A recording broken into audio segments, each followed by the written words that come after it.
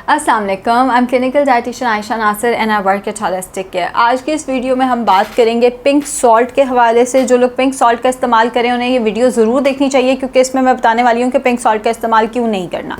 देखिए, जब भी हमारे पास कोई चीज़ आती है ना, मुझे लगता है हम लोग उसका ज़रूरत से ज़्यादा इस्तेमाल कर जाते हैं, जिसकी वजह से हम लोग फ़ायदे की बजाय नुकसान ज़्यादा ले लेते हैं उसका। अब पिंक सॉल्ट बहुत अच्छी चीज़ है, ब्लड प्रेशर के लिए बहुत अच्छा है, लेकिन इस्तेमाल क्यों नहीं करना है? क्योंकि इससे आयोडीन की कमी हो जाती है।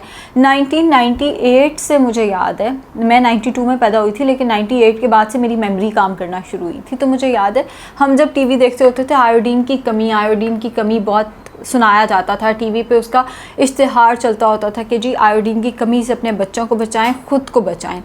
अब हुआ क्या कि आयोडीन की कमी ख़त्म हो गई, क्योंकि हमने आयोडीन मिला सॉल्ट इस्तेमाल करना शुरू किया। ये जो हमारे घरों में नमक इस्तेमाल होता है, ये आयोडीन मिला नमक है ना, ये हम इस्तेमाल करते हैं तो हमें आयोडीन की कमी नहीं होती।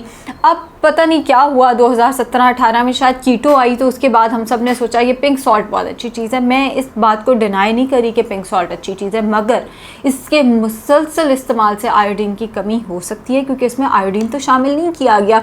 या तो आप आयोडीन का कोई और सोर्स रखें डाइट में, और वो नामुमकिन है। उससे बेहतर है कि आप आयोडीन मिला नमक खाना पकाने में इस्तेमाल करें, और जो पिंक सॉल्ट है वो आप हर उस चीज़ में इस्तेमाल करें जिसको आपने पकाना नहीं है, जैसे नींबू पानी, या वो जो सर्दियाँ आती हैं तो हम किन्नू के ऊपर लगा लगा के नमक खा रहे होते हैं, वो पिंक सॉल्ट आप इस्तेमाल कर लेंगे तो ज़्यादा बेहतर है। आयोडीन मिला नमक रॉ अगर आप इस्तेमाल करते हैं, कच्चा इस्तेमाल करते हैं, बगैर पकाए इस्तेमाल करते हैं, तो वो इतना अच्छा नहीं है as compare to pink salt. Pink salt ज़्यादा बेहतर है।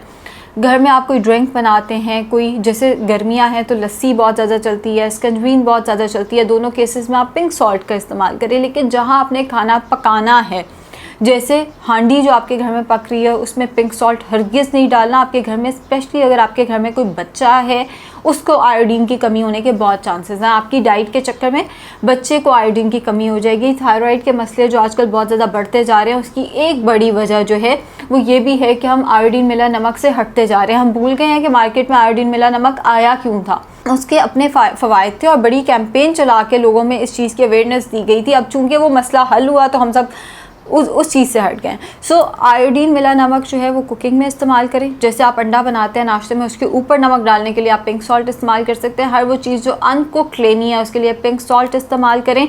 हाँ, कोई ब्लड प्रेशर का पेशेंट है तो वो पिंक सॉल्ट का इस्तेमाल कर सकता है, नमक के ऑल्टरनेटिव। उसको आयोडीन मिला नमक इस्तेमाल नहीं करना, वो पिंक सॉल्ट का इस्तेमाल करें, उसके लिए ज़्यादा बेहतर है। या लो सोडियम सॉल्ट्स आ गए हैं मार्केट में, बहुत सारे राइट सॉल्ट हैं और भी बहुत सारे हैं जिनमें सोडियम की मिकदार कम है।